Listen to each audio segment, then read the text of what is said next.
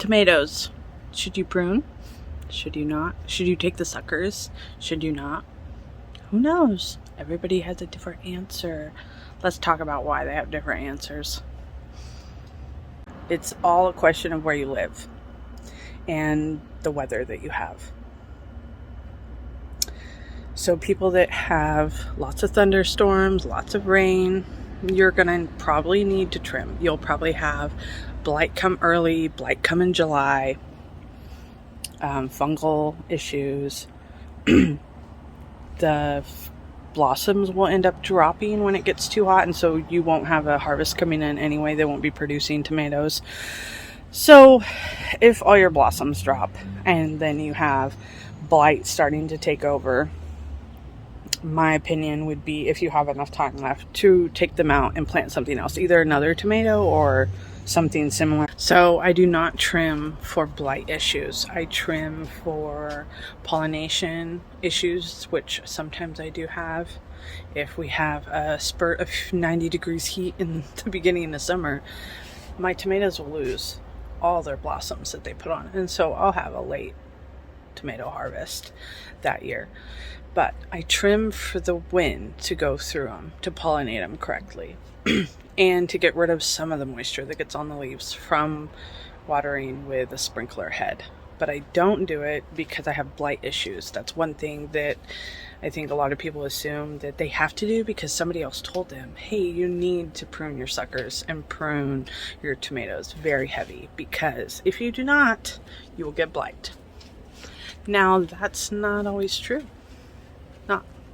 I don't prune for those reasons. I prune, like I said, for wind, for pollination, and for ease of harvesting. That's how I do it. And I want you guys to decide for yourselves. I'm not telling you to do it or not to do it, but look at the results and then do some testing of your own. Now, this doesn't have anything to do with zones, whether you're in 7B, 8A, 3A. This really doesn't matter if you're going to trim or not, unless it affects production. That's only time.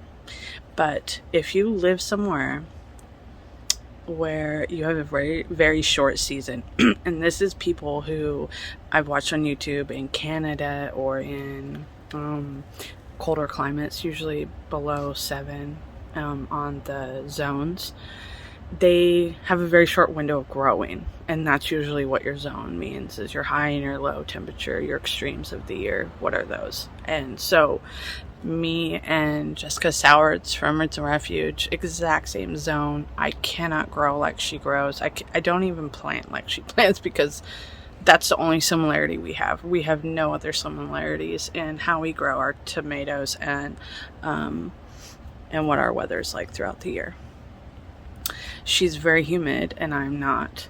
I have really dry summers, so it's interesting to see all these people that get rainstorms in the middle of summer.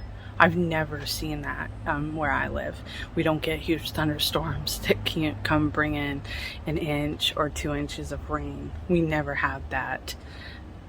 If it does happen, a fire starts. And so if there's clouds in the summertime, usually everyone's praying that it actually doesn't thunder and lightning, because our ground is usually pretty are usually pretty dry by then, and we will have fires. Last year we were engulfed, surrounded by fires, or the year before last, and it was really scary. And so usually when the rain comes, nobody wants it because it comes with fires. So very dry, no rain in the summertime. Rain's usually all winter and all spring, but summertime it's not. We don't get any moisture for our fields, for our gardens, for the grass. Usually, now if you've never been to Oregon before in the summertime, it may not be exactly what you pictured it to be like here. And then this is the Willamette Valley. This is not eastern Oregon, which is high desert. So what you think of as Oregon and what you picture Oregon to be like is the Willamette Valley, follow the I-5 corridor. That's what you picture Oregon, and that's only part of the state that's like that. From I-5 corridor roughly a little farther east, all the way to the coastline. It's just beautiful, heavy trees, rain, kind of a micro rainforest in some areas. Summertime, no rain. Everything that's near the road that you can see besides trees is dead. The grass is dead. We have fires all along our roads in the summertime. And all the farmers have to irrigate from rivers. They get water rights and irrigate. We do not have rainwater in the summer. So, that being said, do I trim? Do I take suckers? No, I do not. And the reason why is because I have zero humidity almost in the summertime. It's not really zero, but as far as concerns for tomatoes, it's at zero. I don't have any concerns of blight. I don't have to replant tomatoes come July and August. I know a lot of people in the south and places that have high humidity, high rain in the summer, come now, July, end of July, August, they're ripping their tomato plants out and putting new ones in because the blight's taken over. Their plants have suffered significantly. So they do have to change it up come this time of the summer. I do not. I leave my tomatoes in the summer months. As soon as I put them in the ground, they never leave. They stay there. I get tomatoes off of them usually all the way till October, I believe. Till the first frost, usually. So I don't have that issue like everyone else, which makes me thankful. I also don't have hornworms. That just seems like a disaster. At least they found the blacklight solution, but I'm glad I don't have to deal with those. I also don't have to deal with squash bugs. That's such a nice thing. Like, I really have a good state that I live in. I don't have to deal with those. I also don't have poisonous snakes or spiders. We do, but we don't have to watch for them like other people do. We have gardener snakes a lot. Every once in a while somebody will find a rattlesnake, and it's usually where they golf, so I'm not golfing. I'm just kidding. So, if you can't decide whether you should trim your tomatoes or not, do an experiment. Try it. Try one, prune heavy. See what happens. Then leave another one to go wild. Maybe prune for same reason I do, like to be able to get your tomatoes out. Sometimes you have to prune, but do an experiment.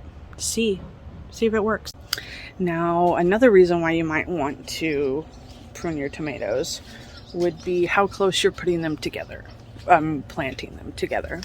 So if you're going to plant your tomatoes within 4 feet of each other, 3 feet, 2 feet, you probably should trim them because they're going to go wild and crisscross, and the branches are going to touch, and you're going to have moisture that will never leave. Even if you're not humid like I am. I'm not in a humid place, but if I planted my tomatoes 18 inches, 24, 48, 72 inches apart, I would trim them heavily no matter what, because you have a very short window of your tomatoes that are going to produce really well here, and it's usually not until the end of July and into August. And so if your tomato plants don't really produce till then, and you let them run wild and plant them close together, and then come end of July, August, you finally start getting those fruits on, and then your tomato plants start suffering very bad because you didn't trim when you should have trimmed, and you will lose a lot of your harvest that way. And so it takes a while of gardening before you start to see those similarities or differences between other gardening channels, and you realize, well, actually I shouldn't follow them. I shouldn't exactly do what they're doing because my area is different, or my garden's different, my weather's different. So I grow indeterminates mostly. I have grown determinate by accident, and I was very surprised when it didn't get very big. I was still learning how to garden at that time, so I really didn't know much about determinate and indeterminate. Now, obviously, I've decided to grow mostly indeterminate and mostly heirloom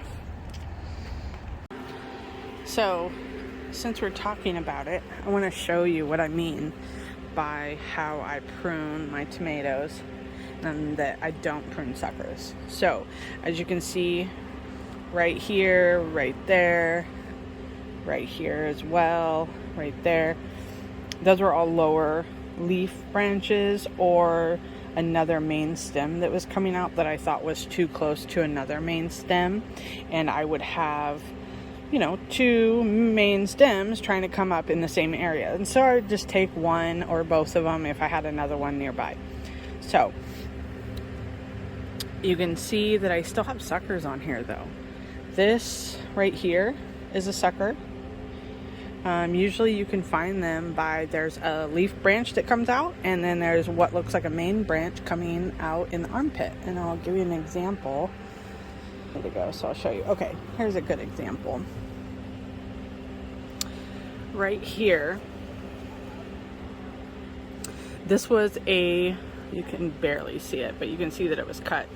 This was a branch that came out that had leaves on it. No blossoms would be coming on here. It's similar to like this leaf.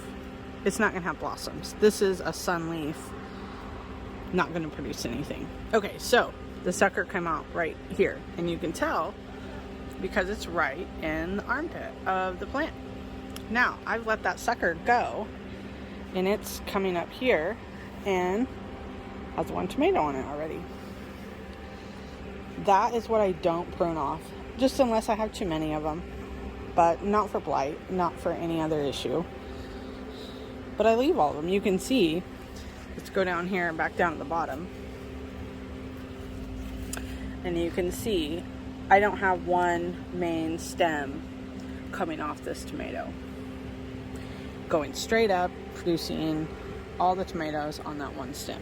I have 4 or 5 main stems, maybe even more, coming off of this. I have one right here. This looks like it's turning into a main stem. I have one down here. This one probably will as well. I have one right here. And those all come up and produce blossoms at the top. Now this is a cherry, so it usually gets quite a bit bigger than most other tomato plants. There are a few like Dr. Witchy's and maybe, what's that other tomato plant called? Triple something. Yeah, I think it's a climber. It almost is more like a climbing tomato than anything. But anyway, off that subject. But this is a cherry, so it does get a little bit bigger and more wild than some of the other ones. It will engulf this entire tomato trellis from, you know, this point all the way over there. And I do have some cucumbers on here with it. Kind of makes it a little bit crowded for sure. But I don't have any other place to put them, so they have to share with cucumbers. But you can see most of the branches are still in here. It's just the ones on the outside that would end up taking up the walkway is what I've trimmed. And so you can see I do tie them, but most of the time I just weave them in and out of the cattle panel. And it'll reach quite a ways up there, probably almost all the way to the middle. I'll show you guys from this side so you can see, maybe look through the tomato a little bit. Now let me pick some of these branches off or leaves off the sunflower. So you can see it's pretty crowded in there still. It's not open like a lot of the tomato plants that you see on YouTube. Plus the sunflowers, they do make it a little bit more crowded. You'd probably be able to see better if I didn't have the sunflowers here. But it also creates shade for my tomatoes, because regardless of whether they like full sun or not, nothing likes 90-degree weather for all day. Nothing. It does like a little bit of shade, so the sunflowers have created shade for it.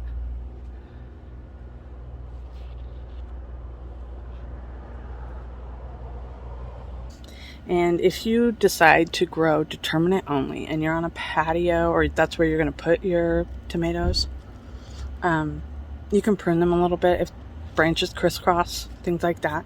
But most of the time, they're going to stay pretty little. They don't get these branches that just go crazy and crisscross and, 8-10 feet tall sometimes, like indeterminates do. Determinates will grow to a set height, usually a set many branches, like one main branch or 3 main branches may come off of it, and that's it. And it stays relatively short, 4 or 5 feet.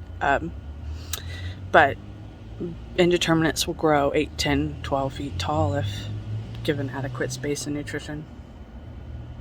So I don't always tell everyone to prune. I usually ask them, what's your weather like? What's your humidity like? How's your end of summer weather? What changes? What doesn't? And then also, how many tomato plants are you growing in what size of space? Those are my questions I usually ask first off, and then go from there.